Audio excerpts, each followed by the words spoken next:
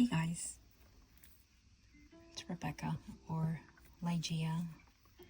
I wanted to do a quick show and tell of these little booklets I made for, I guess, Valentine's. I was inspired by Mariah's making of a heart box with all these little goodies, but I don't have enough time. That's a big project, and I'd love to do something like that one day. So I figured I'd do these little mini booklets because I actually love making little mini booklets. I guess because the time invested into making is not as much as making something bigger. But anyways, let me start with this one. Because this is my favorite. This one I thought was gonna be my favorite, and it still is. I love it, but this one ended up being mine. It was a kind of a second thought to make, but let me open it up. Oh, let me show you. There's two sides. This side, and then of course this side. Let me open this up. Forgive me for my horrible nails. I've not given myself a proper manicure, and so they're suffering. My poor fingers. But let me show you open.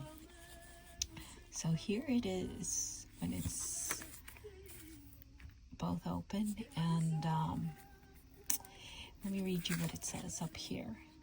It is in Spanish. It is a quote by Frida Kahlo, which I'll show you in a minute. But it says, let me open it up here. It says, enamórate de ti, de la vida, y luego de quien tú quieras. And basically, essentially, it means fall in love with yourself, of life, and then of whomever you want to love. Frida Kahlo. And I really love that quote. She was very much about self-love first for yourself. So that's why I made this little booklet. It was an afterthought, but I got these bunch of digital prints of paintings and sketches by Frida and pictures. So let me read you what this one says. Yo soy la desintegración. My Spanish is suffering. I don't speak it often enough, well enough. So sorry. But anyways, this one came from I guess a reproduction, of course, or an image. But Frida used to keep an art journal herself, or art pictures. She had a bunch of them, but this one comes from one of her art journals, and it's kind of cool that she made them, right? Just like us, like we do with our journals. And this one was also from the same picture as this, right? I think this portion is from here on the bottom, and it shows of herself falling apart into pieces, and I'm sure that was very, very representative of what she felt and what she was going through. And this is another area, another picture further down of herself as well, and this of a face, which I don't know who that was. Probably maybe herself, of how she felt, or somebody. And then there was this other second one that was covered by black a lot. I'm sure the original looks even better. But this one was actually pretty scary. He had horns coming out. Probably maybe something representative of what scared her. And of course, Diego, and on her mind. And then I thought these were so cute. Look at how cute she was. What a cute little kid. Look at those chubby cheeks. And then there you start to see the those eyebrows. So cute. This was when she was a schoolgirl from 1919. Isn't that cool? I love Frida, and I'm sure a lot of other people do too. And People love her for various reasons, but I think for me because she was so authentically herself, and who knows if it was due to her accidents or that's always who she was. I love this one. She looks like she's so free, and I think that's so cool, those agave plants. Look at how big they are. So I'm actually working on painting a landscape of this agave farm, I guess, from one of my cousins. It's not family cousin, but more like, in Spanish you call them politicos, political cousins, right? Not by blood, but because, they're married into the family, but you're not related by blood. But they have a plantation, and I guess not a plantation. I guess they have land, and that's where they grow the agaves, and sell them to distilleries to, I guess, make tequila. This one is an awesome one too. I love that heart, tin hearts. I collect a lot of these Milagro tin hearts. I have a big collection. And then this one says, Árbol de la Esperanza mantiente firme, 1946, signed by Mara Bartoli, which translates, Tree of Hope, maintain your strength. And then this one, Ave means bird. So that's this little booklet. And then this one was the first one, and I thought this was going to be my favorite. I still love it, but the idea came in this whole bunch of prints and other digitals. But let me open it up. It's my first one that I made, so it's a little not the best. But these are made with PM Artist Studio stamps, and I used that embossing powder. This one too was, I think I said, it was PM Artist Studio stencil, and I used the stencil butter, and it's also a Milagro, because they're the ATC size by Paula Keen. I think everybody should have. They said they are awesome. They're my favorite stencils. They're representative, right? If you know the meaning against the Milagros, you'll understand. But my parents are from Mexico, so I love these. Anyway, but these are.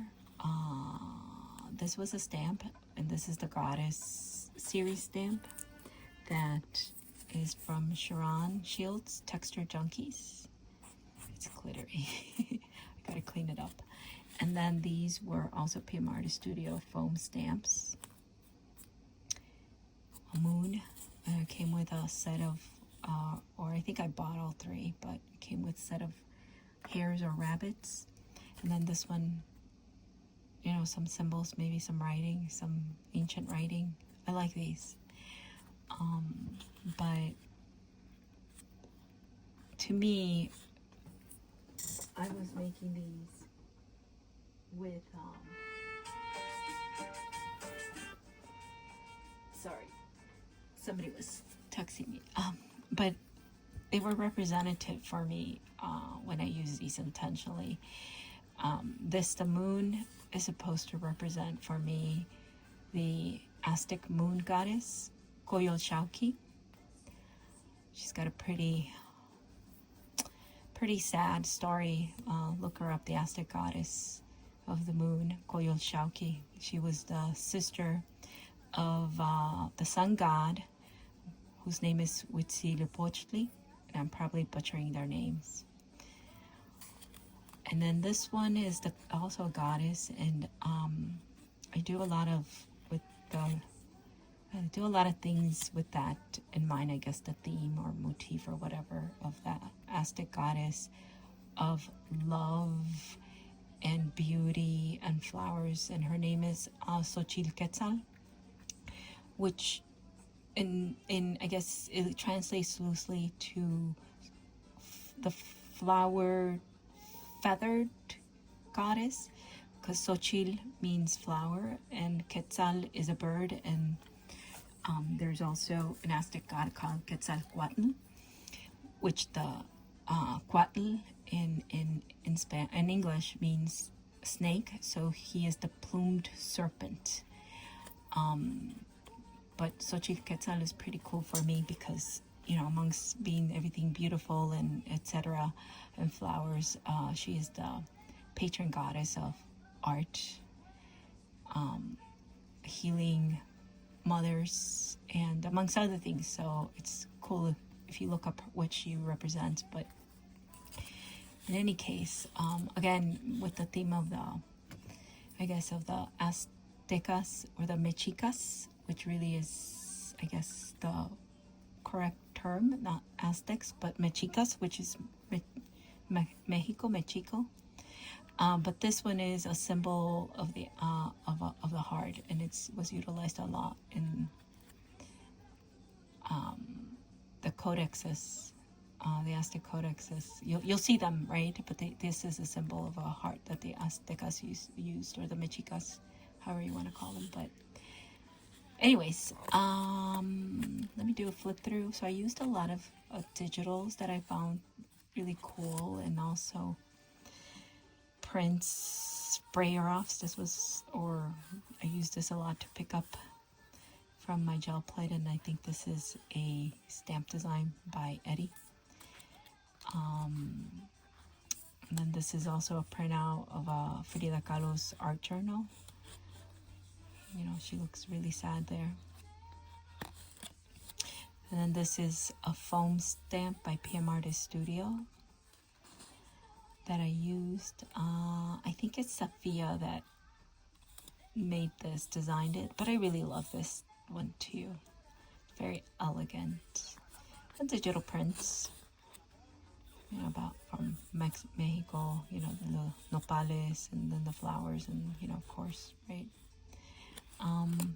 Then this was one of my very first gel prints where I was just experimenting and maybe only into it a few weeks.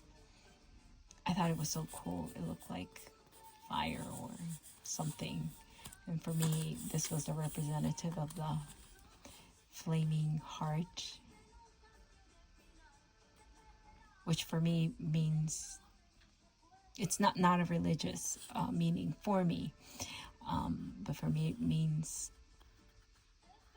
transformational love. If you love yourself, if you love yourself strongly, or for yourself is what I mean, you can change things for yourself. So anyway, enough of that. And then this is a digital print, right? I think this is from Diego Rivera. Painting, probably was a mural. It's a mural. This was a gel print. I love these colors. This doesn't do it justice, but I used a alizarin crimson, I believe, or something, because it's transparent, and then some, I think, Dax's in purple. I don't think this is a PM Artist Studio stencil. I think this was a cheapy one that I bought just when I was getting started.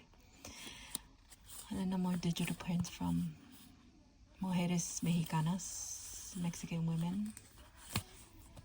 And then this is another print, again, from way when I got started. And I think I was trying to do something in the same style, this of Art Whisper 88. I really like his printing too, so I was trying to replicate some of the techniques he was showing. But I really like this one, and I saved it, and figured it'd go perfect for Valentine's.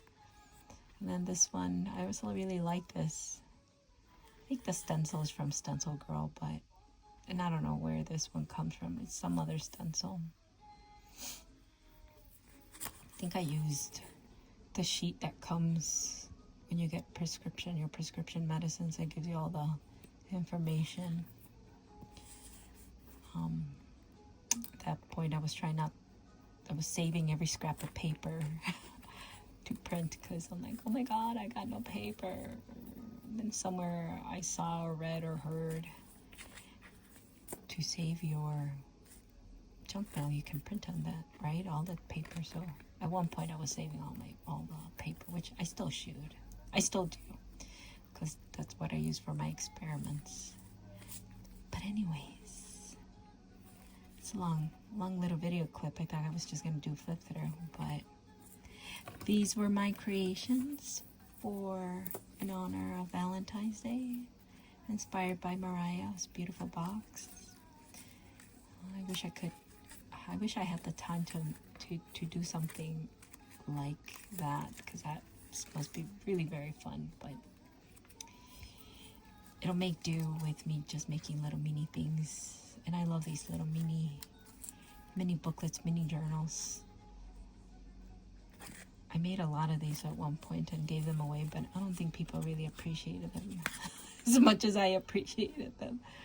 But anyways, thanks for watching, and if you were, especially if you got through the end of this one, because man, that's a 16-minute video. Whew.